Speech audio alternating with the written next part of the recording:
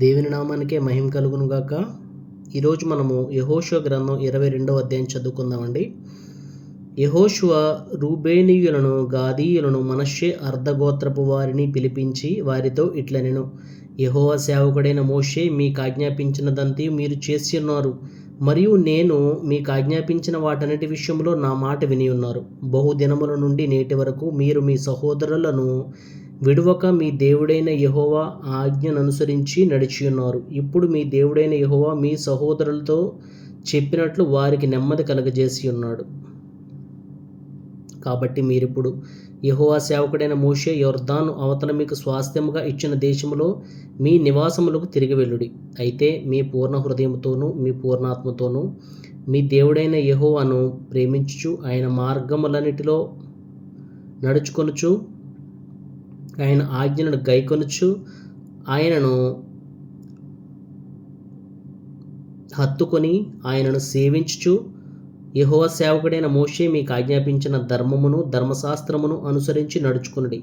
అతడు ఇలాగ చెప్పిన తరువాత వారిని దీవించి వెళ్ళనంపగా వారు తమ నివాసములకు పోయిరి. మోషే బాషానులో మనష్షే అర్ధగోత్రమునకును యెహోషువ పడమటి దిక్కున యొర్దాను అద్దరిని వారి సహోదరులలో మిగిలిన అర్ధగోత్రమునకును స్వాస్థ్యములిచ్చిరి.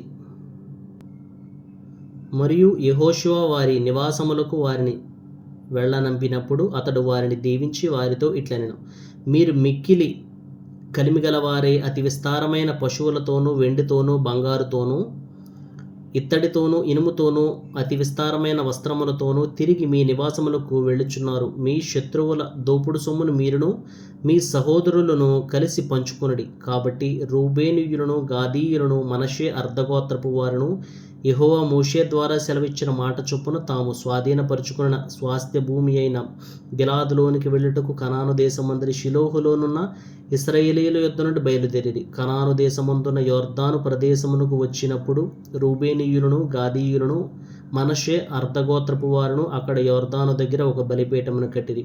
అది చూపునకు గొప్ప బలిపీఠమే.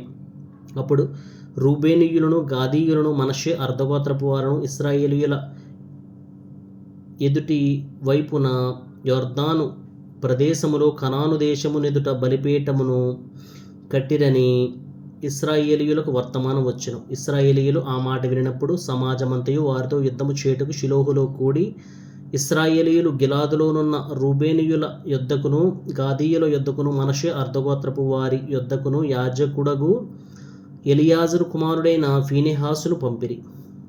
ఇశ్రాయేలీయుల గోత్రములన్నిటిలో ప్రతిదాని పితరుల కుటుంబపు ప్రధానుని అనగా 10 మంది ప్రధానులను అతనితో కూడా పంపిరి. వారందరూ ఇశ్రాయేలీయుల సమూహములలో తమ తమ పితరుల కుటుంబములకు ప్రధానులు. వారు గిలాదు దేశములోనున్న రూబేనీయుల యొద్దకును, గాదీయుల యొద్దకును, మనష్షే అర్ధగోత్రపు వారి యొద్దకును పోయి వారితో ఇట్లనిరి: యెహోవా సర్వ సమాజపు వారు చెప్పుచున్నదేమనగా, నేడు బలిపీఠమును కట్టుకుని నేడే యెహోవాను అనుసరించుట మాని ఇశ్రాయేలీయుల దేవుని మీద మీరేలా తిరుగుబాటు చేయుచున్నారు? పెయోరు విషయంలో మనము చేసిన దోషం మనకు చాలదా? అందుచేత యెహోవా సమాజంలో తెగులు పుట్టెను కదా. నేటి వరకు మనము దాని నుండి పవిత్రపరచుకొనకయున్నాము. మీరు ఈ దినమున యెహోవా వెంబడి నుండి తొలగిపోవునట్టు నేడు యెహోవా మీద తిరుగుబడి ద్రోహము చేసెదరేమి? అలాగైతే ఆయన ఇక మీదట ఇశ్రాయేలుల సర్వ సమాజము మీద కోపబడును గదా. మీ స్వాస్థ్యమైన దేశము అపవిత్రముగా నుండిన ఎడల యెహోవా మందిరముండు యెహోవా స్వాధీన దేశమునకు మీరు వచ్చి మా మధ్యను స్వాస్థ్యము తీసుకొనుడి. మన దేవుడైన యెహోవా బలిపీఠము గాక మరొక బలిపీఠమును కట్టుకుని యెహోవా మీద తిరుగుబడకుడి. మా మీద తిరుగుబడకుడి. జరహు కుమారుడైన ఆకాను ప్రతిష్ఠితమైన దాని విషయములో తిరుగుబడినప్పుడు ఇశ్రాయేలీయుల సర్వ సమాజం మీదకి కోపం రాలేదా? తన దోషము వలన ఆ మనుష్యుడొకడే మరణమాయెనా? అందుకు రూబేనీయులను, గాదీయులను, మనష్షే అర్ధగోత్రపు వారును ఇశ్రాయేలీయుల ప్రధానులతో ఇచ్చిన ఉత్తరమేదనగా, దేవుళ్లలో యెహోవా దేవుడు, దేవుళ్లలో యెహోవాయే దేవుడు. సంగతి ఆయనకు తెలియను. ఇశ్రాయేలీయులు తెలుసుకొందురు. ద్రోహము చేతనైనను యెహోవా మీద తిరుగుబాటు చేతనైనను మేము ఈ పని చేసిన ఎడల నేడు మమ్ము బ్రతుకనీయకుడి. యెహోవాను అనుసరింపక తొలగిపోయి దహన బలినైనను నైవేద్యమునైనను దాని మీద అర్పించుటకే గాని సమాధాన బలులను దాని మీద అర్పించుటకే గాని మేము ఈ బలిపీఠమును కట్టిన ఎడల యెహోవా తానే విమర్శ చేయునుగాక. వేరొక హేతువు చేతనే ఈ బలిపీఠమును కట్టితిమి. ఏమనగా రాబో కాలమున మా సంతానపు వారితో ఇశ్రాయేలీయుల దేవుడైన యెహోవాతో మీకేమి సంబంధము? రూబేనీయులారా, గాదీయులారా, మీకును మాకును మధ్య యెహోవా యొర్దానును సరిహద్దుగా నియమించును కదా. యెహోవా యందు మీకు పాలేదియు లేదని చెప్పుట వలన మీ సంతానపు వారు మా సంతానపు వారిని యెహోవా విషయంలో భయభక్తులు లేని వారగునట్లు చేయుదురేమో అని భయపడి ఆ హేతు చేతనే దీన్ని చేసితిమి. 26వ వచనం నుంచండి. కాబట్టి మనము బలిపీఠమును కట్టుటకు సిద్ధపరచుదము రండని చెప్పుకొంటిమి. అది దహన బలులను నర్పించుటకైనను బలి నర్పించుటకైనను కాదు. మన దహన బలుల విషయంలోను బలుల విషయంలోను సమాధాన బలుల విషయంలోను మనము యెహోవా సన్నిధిని ఆయన సేవ చెయ్యవలయుననుటకు యెహోవా యందు మీకు పాలు ఏదియూ లేదను మాట మీ సంతతి వారు మా సంతతి వారికి చెప్పజాలకుండునట్లు అది మాకును మీకును మన తరువాత మన తరముల వారికి మధ్య సాక్షి అయ్యుండును. అందుకు మేము ఇక మీదట వారు మాతోనే గాని మా తరముల వారితోనే గాని అట్లు చెప్పిన ఎడల మేము మన పితరులు చేసిన బలిపీఠపు ఆకారమును చూడుడి. ఇది దహన బలి అర్పించుట కాదు, బలి అర్పించుటకు కాదు గాని మాకును మీకును మధ్య సాక్షి అయ్యుండుటకే అని చెప్పుదమని అనుకొంటిమి. ఆయన మందిరము ఎదుటనున్న మన దేవుడైన యెహోవా బలిపీఠము తప్ప దహన బలులకైనను నైవేద్యములకైనను బలులకైనను వేరొక బలిపీఠమును కట్టునట్లు నేడు యెహోవాను అనుసరింపక తొలగిపోయిన ఎడల నేమి యెహోవా మీద ద్రోహము చేసిన ఎడల నేమి మేము శాపగ్రస్తుల మగుదుము గాక.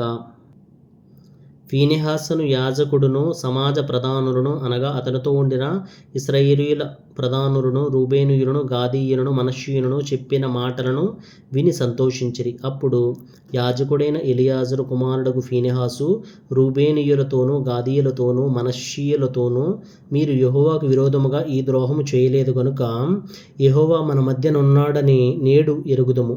అప్పుడు మీరు యెహోవా చేతిలో నుండి ఇశ్రాయేలీయులను విడిపించి ఉన్నారని చెప్పెను.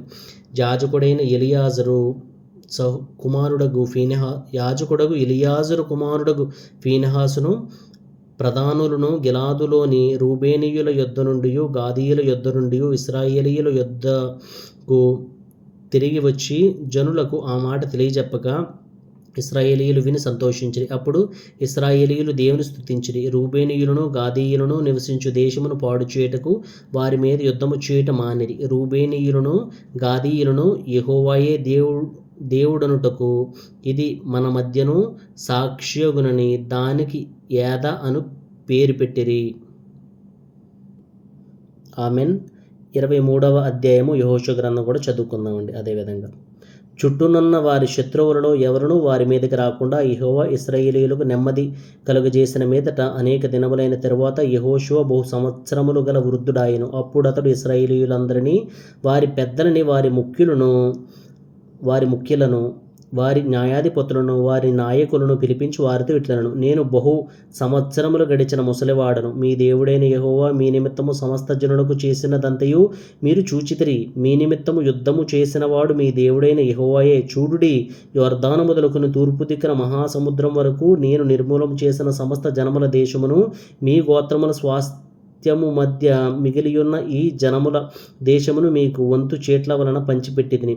మీ దేవుడైన యెహోవాయే వారిని మీ ఎదుట నిలవకుండా వెళ్ళగొట్టిన తరువాత మీ దేవుడైన యెహోవా మీతో సెలవిచ్చినట్లు మీరు వారి దేశమును స్వాధీనపరచుకొందురు. కాబట్టి మీరు మోషే ధర్మశాస్త్ర గ్రంథములో వ్రాయబడినదంతటిని గైకొని అనుసరించుటకు మనసు దృఢము చేసుకుని ఎడమకు గాని కుడికి గాని దాని నుండి తొలగిపోక మీ యొద్ద మిగిలియున్న ఈ జనుల సహవాసము చేయక వారి దేవతల పేళ్లను ఎత్తక వాటి తోడని ప్రమాణం చేయక వాటిని పూజింపక వాటికి నమస్కరింపక మీరు నేటి వరకు చేసినట్లు మీ దేవుడైన యెహోవాను హత్తుకొని ఉండవలను. యెహోవా బలముగల గొప్ప జనములను మీ ఎదుట నుండి కొట్టివేసి ఉన్నాడు. మీ ఎదుట నేటి వరకును ఏ మనుషుడును నిలిచియుండలేదు. మీ దేవుడైన యెహోవా మీకిచ్చిన మాట చొప్పున తానే మీ కొరకు యుద్ధము చేయువాడు గనుక మీలో ఒకడు 1000 మందిని తరుమును. కాబట్టి మీరు బహు జాగ్రత్తపడి మీ దేవుడైన యెహోవాను ప్రేమింపవలెను.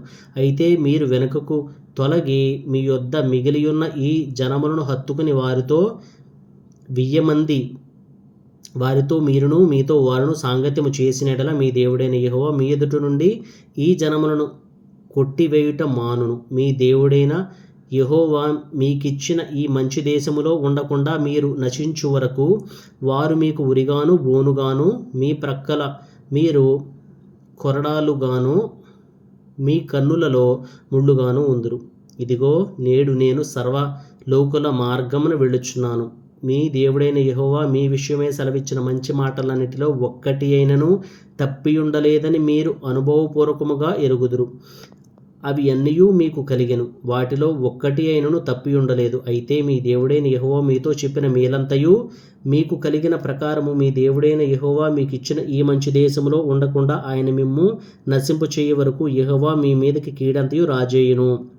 మీరు మీ దేవుడైన యెహోవా మీకు నియమించిన ఆయన నిబంధనను మీరి ఇతర దేవతలను పూజించి వాటికి నమస్కరించిన ఎడల యెహోవా కోపం మీ మీద మండును గనుక ఆయన మీకిచ్చిన ఈ మంచి దేశములో నుండకుండా మీరు శీఘ్రముగా నశించిపోవుదురు. ఆమెన్.